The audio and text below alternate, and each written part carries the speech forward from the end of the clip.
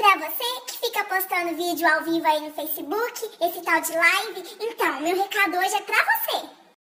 Olha só, para que tá feio. Eu não tô sabendo lidar com isso. Toda hora que eu abro o Facebook tem um fulano lá que postou um vídeo ao vivo.